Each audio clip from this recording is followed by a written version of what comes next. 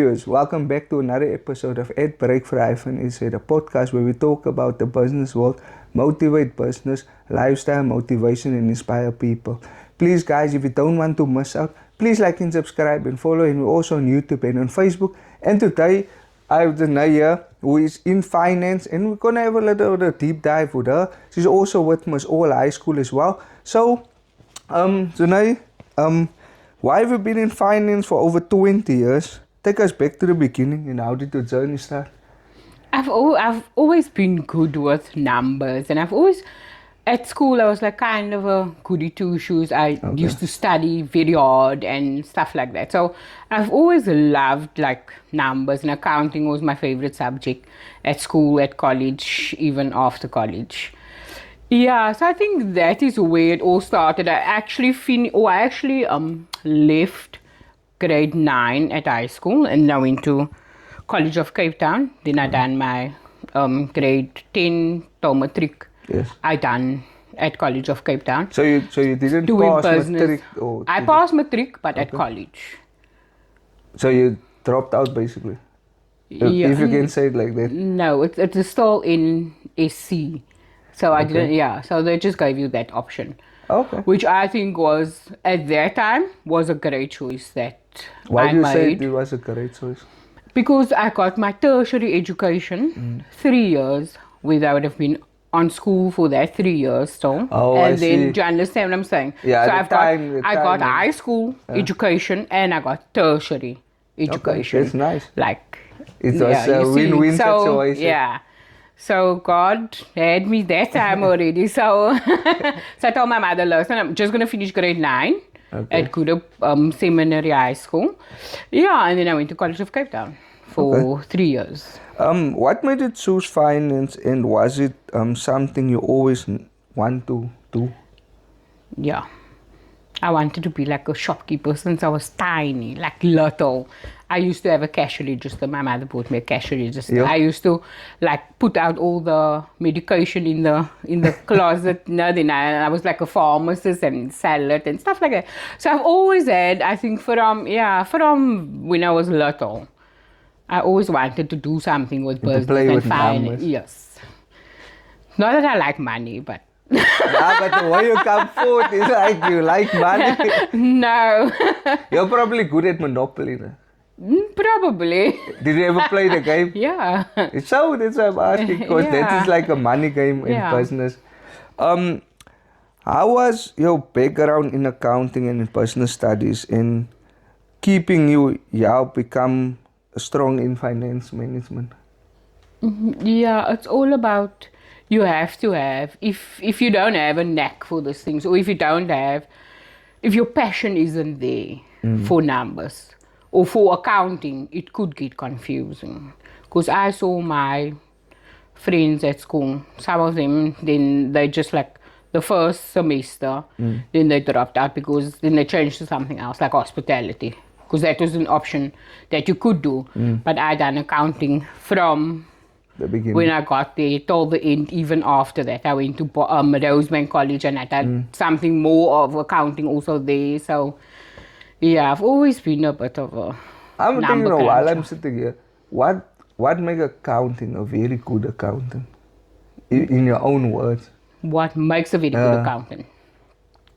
Probably your attention to detail and, yeah, I think... Is it basically, because I know some people, the one guy told me like, it's not just accounting as people say, yeah, they get the big bucks, but the thing is, you check the thing over and over to make sure that the numbers add up and balance out.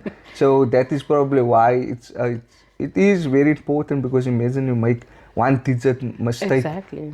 It could cost, SARS could come knocking at your door and say, hey. Exactly. Like now it's simplified because you have something like pestle and zero. But also if you're going to code something to the incorrect account, or if you're going to have a digit missing, it's still going to have a major implication on your books. Yeah. So you need to pay specific attention to certain things. What system do you work with? I used to use pastel accounting. Now we're on zero. What's the difference between the two? Pastel is a bit it's not very, like the data isn't live. You need to do updates in order for you to get true figures. But zero is what you put into the system. It is there, it's live. You can go and change it, but there's like also a record of what you have changed and everything. It says you did this on this day, and yeah. Oh. So if you go and change an invoice, say you invoice 20,000 apple bags, but then the customer actually only received like 17,000. You can go and change the invoice, but it will say there, on this day, Jenay changed the invoice and whatever. Yeah, Okay. so that, I think zero it works. I've only used zero now for the past 8 months. I think zero is far better than Pastel. Not that yeah. But it's your But my preferred payroll choice. is still on Pastel payroll, which I prefer that way because that is easier. Well, not easier, that is, yeah. Can you take us through your day-to-day at work actually as a financial manager? Yeah. Sometimes my day starts very soon, like 5 o'clock in the morning. Okay. Because I don't just do finance. I do HR, I do creditors, I deal with clients. So it's not just specifically finance. I'm not just, yeah. So in the morning when I get there, my drivers need to be invoiced. So that's my main thing early in the morning. Yeah, and then we just carry on and Take some as coffee. the day go. Yeah, there's a lady the lady, she makes me coffee. Because if the lady wasn't there, then I wouldn't go make myself. Because when I get at work, I'm busy. When I get, because the drivers load early in the morning, so when I get there, 7 o'clock maybe, then my loading sheets are waiting for me to invoice. So, yeah. So dan is ek so besig vir 2-3 ure met invoicing and then we carry on. Take it easy. Yeah. After 2 decades in finance, what keeps you motivated and sharp? Yeah. Probably the edge to want to learn new things, and because I mean it's not, finance isn't just finance. There's like so much more to it. There's so much more to do. Can you give us some examples if you say there's more to it? To finance specifically. Yeah, there's more. Like you can, it's not just like typically finance. You are gonna now have your accounts and all of that stuff. You've got many things. Like also in finance, you also need to have leadership, like qualities and stuff like that. And you need to be disciplined. Yes. Because my bosses can leave me alone, and it's not like I'm going to sit back and take off my shoes and relax now. No, my work is still going to go on. Sometimes you do it. No. I wish I could, but no, I'm not about that. Work is work, and that is it. So, yeah, I'm not one to take chances. I see you also have, because I went through your stuff, you're also in photography. No? Yes. How did that creative side get involved in your lifestyle? I've always been, I like to be behind the camera. I don't like to be in front of the camera. But now you're in front of the camera. I like to take photographs of people, not be photographed. Since I was very young, like I think at my grade 7 prom, then I like to pictures, or I had a camera, or I wouldn't say I was spoiled, but I had a camera and stuff like that. My mommy and my stepfather bought me. So yeah, so I took photographs of, and I think that's where it started. And then I don't know, I just see something different through the lens. You see something different. But what do you prefer, like it? Because I know, like even sometimes at some point I was like taking some pictures and stuff. So I prefer like when people is in action, is where they pose to take a photo. They're still. Yeah. Yeah, I prefer where people are. I wouldn't be a videographer. I would rather prefer to be a photographer. Because, I don't know, you just see things differently, not just people, but also like nature or buildings or anything like that. I don't know, you got to have an eye for it, I suppose. So if the passion is not there, or if the eye is not there, then you're not gonna enjoy it. Yeah. So I don't do photography for the money. I do it as a hobby. Okay. How do you balance as a demanding finance career with the photography and working at the pageant as well? Wow, very difficult. Your time management needs to be on point. There's sometimes that I feel, no. Like, especially matric season, and everybody wants you to take photographs and all of that. And on a Thursday, matric balls, I don't know why they like to have it on a Thursday. And on a Thursday is my busiest day of the week because I do wages. Okay. And that like takes up my whole day. So I tend to say no to people, especially on a Thursday for the photography strictly because, I can't. I'm not going to overwork yourself. I'm not going to slack on my everyday job to go and do something like take photographs. Yeah, I think that is what most people do.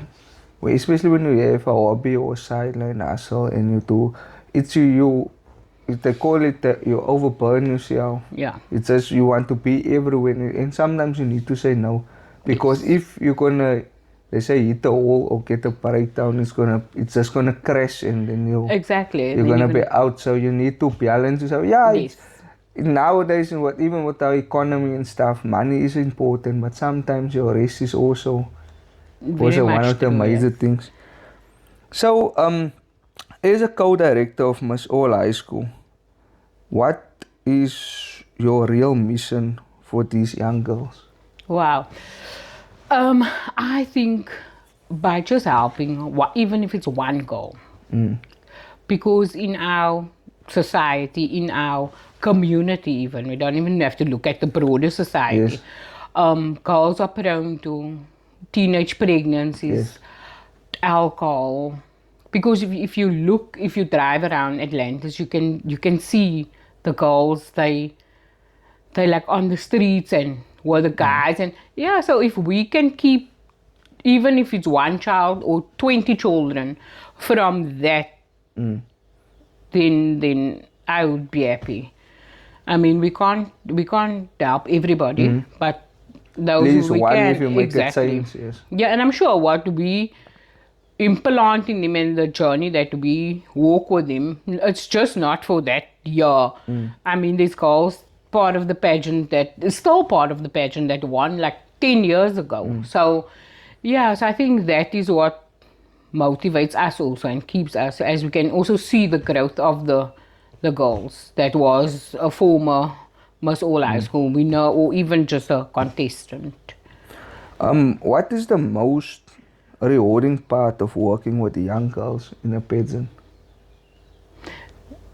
Learning from them, even though they are young, we need to be open to learn from them what they are giving, the newness or the youthness of what they are experiencing. Because what I went through in my youth or when I was their age is totally different from what they are experiencing now.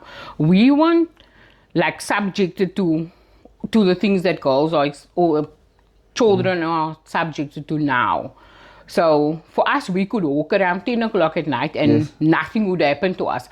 But now a girl can't walk around 10 o'clock, go to the shop or something. I could have went, not that I did, but I mean in our time. Yeah, I'm not saying I'm old.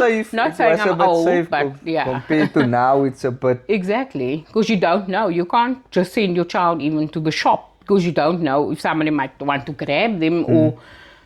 Do you understand what I'm saying? Yeah. So, yeah. It is a bit difficult, yes. How does you being devoted to as a Christian influence or lead you and make decisions? Wow. If I didn't have Jesus, they would have probably had to come bail me out. Well, I wouldn't say would have probably crucified you. No, my friends would come bail me out because, I used to get very angry. So... Anger issues? No, not really anger issues.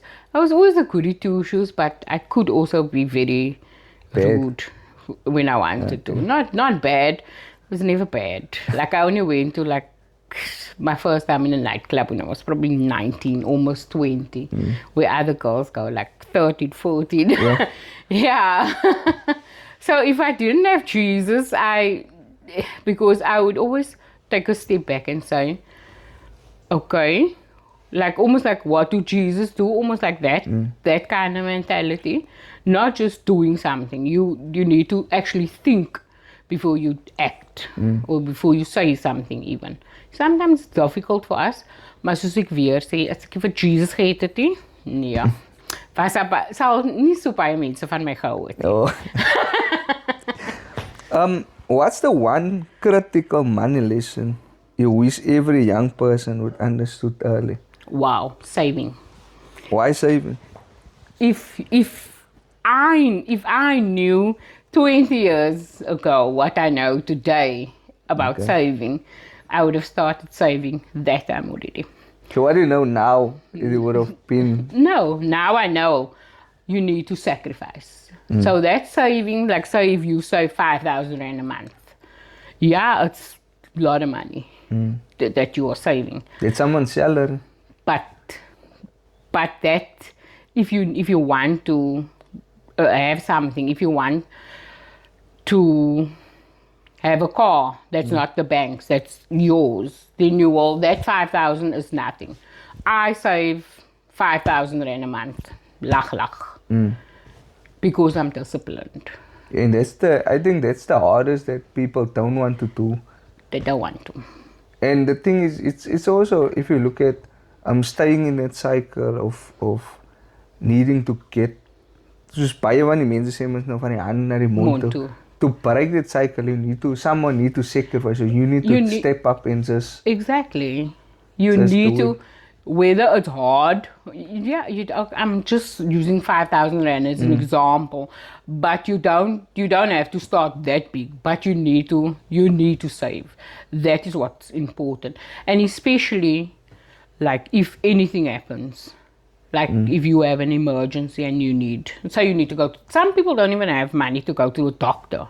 Yeah. Like day to day. So yeah. You need to save. Just start saving. I know somebody that saved from when they were like young already. And I think but I got probably millions of rands in the bank today because he saved. People call him stingy. That's fine. He knows the purpose, why he's doing what he's doing. Do you understand? So, yeah. How do you deal with pressure and stress in such a high performance? That's a good question. Yeah. Sometimes, then I think, I will throw somebody down the stairs. But then, obviously, you see the Jesus sticky comes in. Okay. Where if I didn't have him, I would have done that. So, I think I deal with stress quite well. Sometimes I get flustered and things like that. But then, but I normally I handle it very well. I think I haven't ended up in hospital or a mental institution. So, yeah. For young people who feel like starting from nothing, what is the one thing you would leave with them? The one thing. I would again say, you need to study.